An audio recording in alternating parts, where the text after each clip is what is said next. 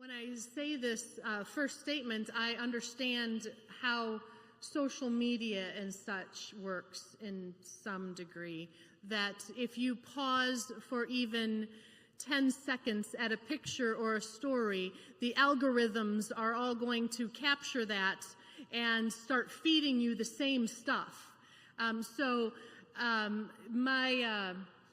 My Facebook feed, it just seems to be filled with furniture refinishing stuff, because like that's the only thing that's going on in the world.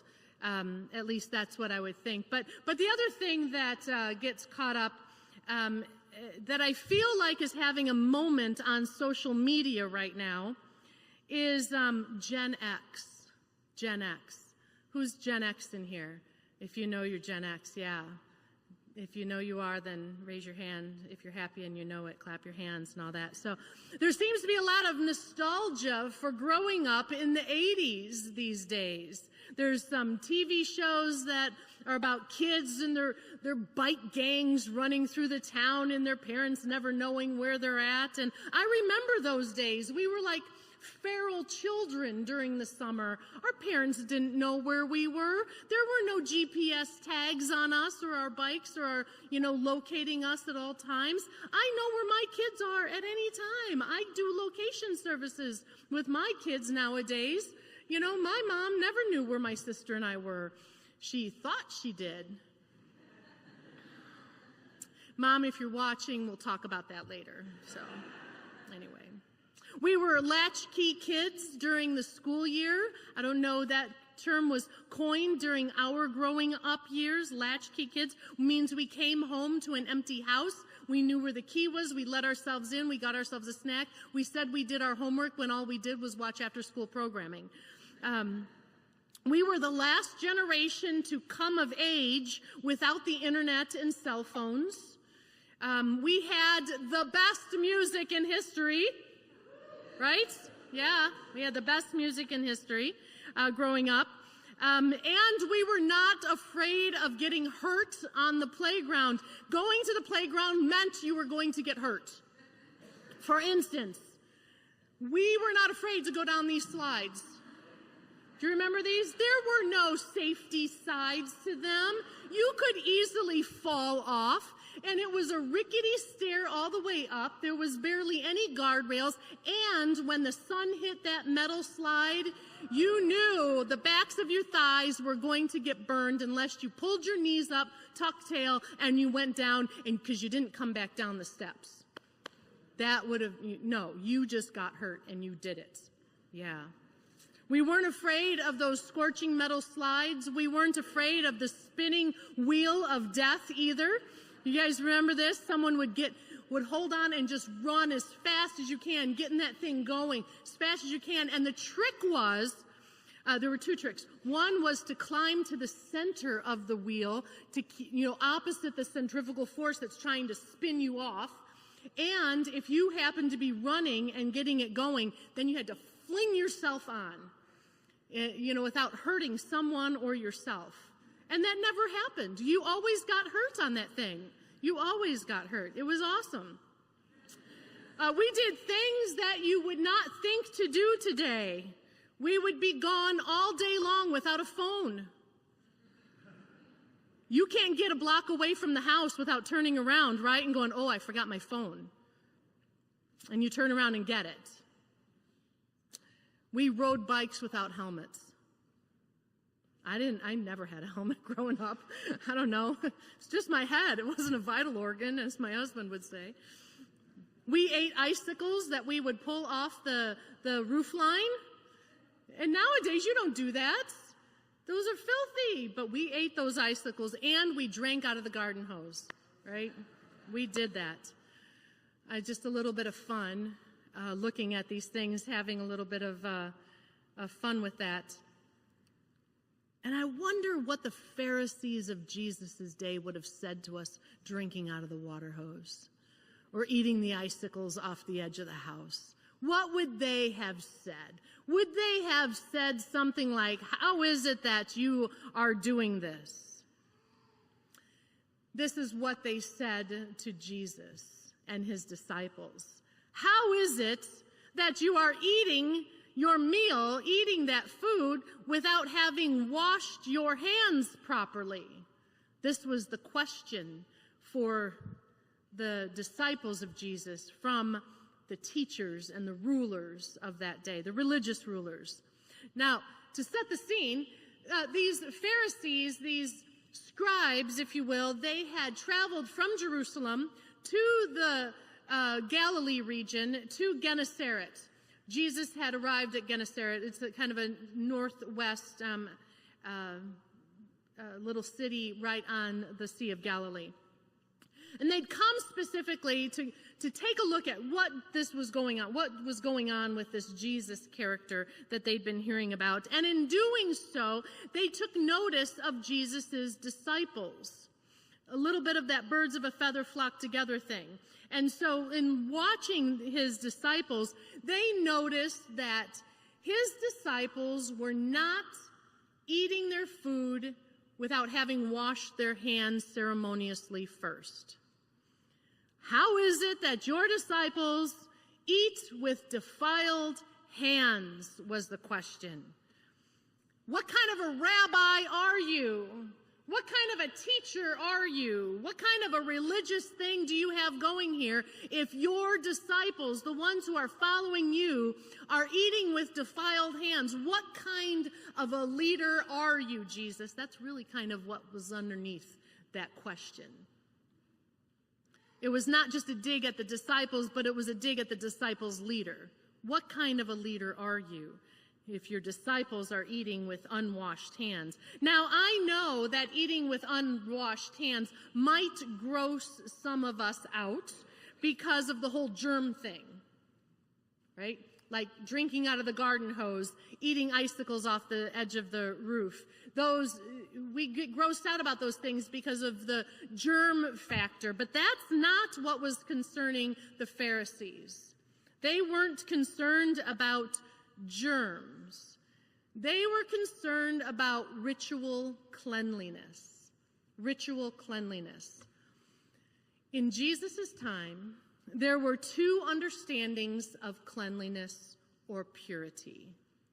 And we're just going to have a nice little theological conversation here, a little bit of a seminary class, if you can hang in with this, to learn a little bit about these two kinds of purity or cleanliness in Jesus' day.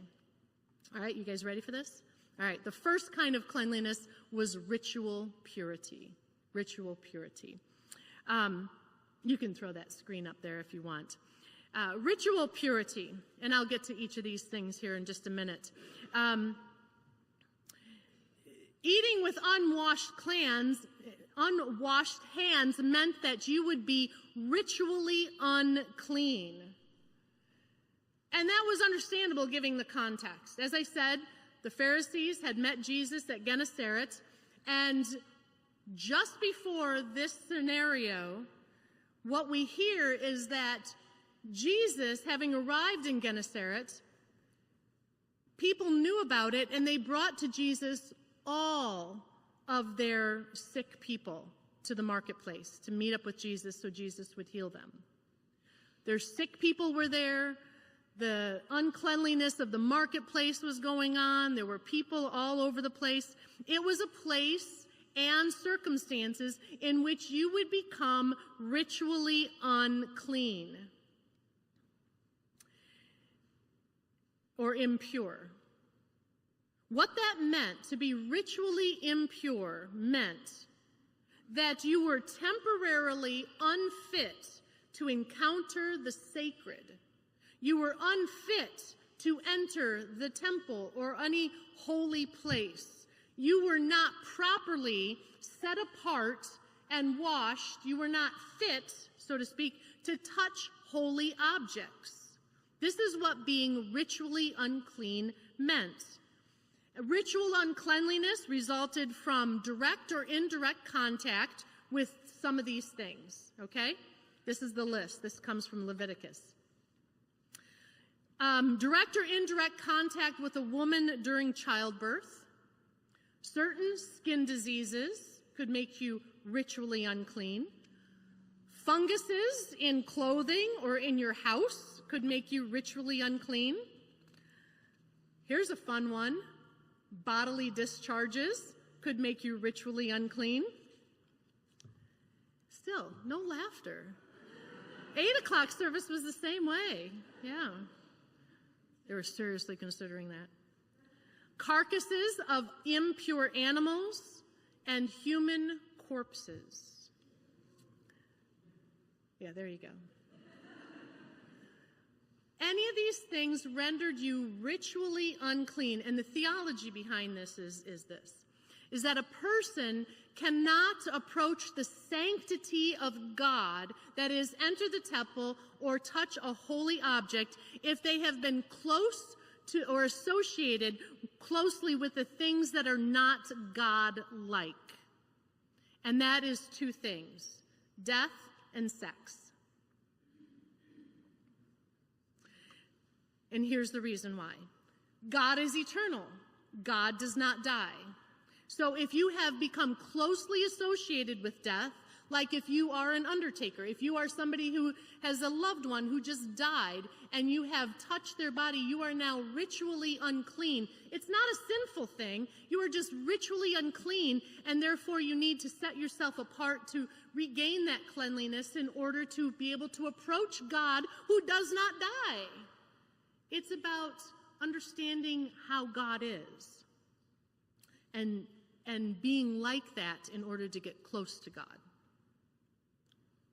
I know it's not necessarily the way we think about religion, but this is what was going on. The other, because God has no consort, spouse, God does not engage in sex. So, in essence, Jews who wanted to approach God, who wanted to enter the temple, who were ready to go in and say the prayers, who wanted to be able to participate in whatever was going on in the temple, they would separate themselves for a time to cleanse themselves from those things that are not God-like, which is death and sex. So they would abstain or they would wash, and this is how you became ritually clean in order to do the work of the temple. You know the story of the Good Samaritan, a parable that Jesus tells about how there was someone who fell to robbers on the road to Jericho, and the robbers robbed him and beat him and left him for dead, basically. And there was a priest and a Levite who walked along, saw this guy laying there, and thought, well, he could be dead, but they're on their way to Jerusalem, they're on their way to the temple, and so they cannot go and check on this guy, so they cross over on the other side to avoid what could be a human corpse in order to keep themselves ritually clean in order to enter the temple. This is what was going on in that story. This is the same kind of uncleanness that the Pharisees are concerned about with Jesus' disciples. But even more importantly, they were probably concerned for themselves, because ritual uncleanness could transfer from person to person. So if the disciples were sitting there eating with unwashed hands, and they passed the plate of bread over to the Pharisee, and the Pharisee took the plate of bread and took a piece of bread off of it, well then, by golly, that uncleanness has now transferred to the Pharisee, and that Pharisee is now unclean and cannot enter the temple. This is what is the understanding of ritual purity. Ritual purity. So, ritual impurity. I'll back it up. Ritual impurity. It is not related to sinfulness. If you are ritually impure, it's not because of your sinfulness. It's because you've simply engaged in some things that are very human. The second thing is that they are the result of drawing near to ungodlike situations. Like I said, death and sex. It's temporary. It is not a lifelong status to be ritually impure or unclean. It is temporary, and it is transferable to others, but it is alleviated. Cleansing comes through just ceremonial washing. Simple. Those Pharisees didn't want those disciples passing on to them their uncleanness. So they were like, why aren't they washing? That's one kind of impurity. So, back to our story. They're sitting there, they're looking at the disciples going, are you kidding me? Your disciples aren't even washing their hands before they eat? They're going to pass to us their uncleanness? And Jesus' response to them is almost akin to this. That's what you're concerned about? Take a look at the world around us, and that's what you're concerned about? Take a look at how people are treating one another, and that's what you're concerned about? Take a look at who's hurting in this world. That's what you're concerned about? Take a look at how the poor are being treated, and that's what you're concerned about? Take a look at how people are greedy and self-centered, and that's what you're concerned about? I took a little bit of liberty with Jesus' words there. Jesus isn't elevating ritual purity over the other, more important, moral purity. Moral purity. That's the second understanding of purity. Moral purity. Ritual impurity is not the result of sinfulness, but moral impurity is. Moral impurity is the result of sinfulness. And that sinfulness, that moral impurity, threatens not just whether or not you can enter the temple, but it actually threatens the whole land. This is how it goes. If people are so immoral with one another in their daily life with one another, if people do not care about one another, if people are so caught up in themselves, their greed, their sexual immorality, in their self-centeredness, in their anger, in their rage, in their jealousies, if you are so caught up in all of that all the time, what happens is that it affects society. It affects the land. And the theology behind it is that God is so holy that God can't live with people like this. God can't live in that land if people are immoral like that. Moral impurity results from behaviors including idolatry, sexual sins, and bloodshed against one another. Jesus kind of expands that a little bit, or goes a little bit deeper into that. He states in his story, it is from within, out of a person's heart, that evil thoughts come. Sexual morality, theft, murder, adultery, greed, malice, deceit, lewdness, envy, slander, arrogance, and folly. Moral impurity results from committing those acts that are so heinous that they defile a person, and as a result, defile the land. There's a story in Ezekiel about how Ezekiel saw the glory of the Lord leave the temple. The whole idea of exile was that the people were so far from worshiping the Lord, they had committed so much idolatry that they were sent into exile, that they could not stay in the land that God had given them. They could not remain in that close quarters, so to speak, with God. Jesus is concerned with moral impurity. He's looking at the world and how things are. And he's like, ritual impurity is what you're caught up in? It's like, that doesn't defile you. You need to be concerned about what really defiles you. And it's the condition of your heart. And there's no hand-washing ritual that can cleanse you of that. Being cleansed of moral impurity takes atonement or punishment. So, a little review here. Moral impurity, results of sinful behavior, unlike ritual impurity. It has a long-lasting defilement of persons and of the land. It's not a temporary condition. It does not transfer to someone else like ritual impurity does, and cleansing only comes through atonement or punishment. This is serious stuff. This is serious stuff.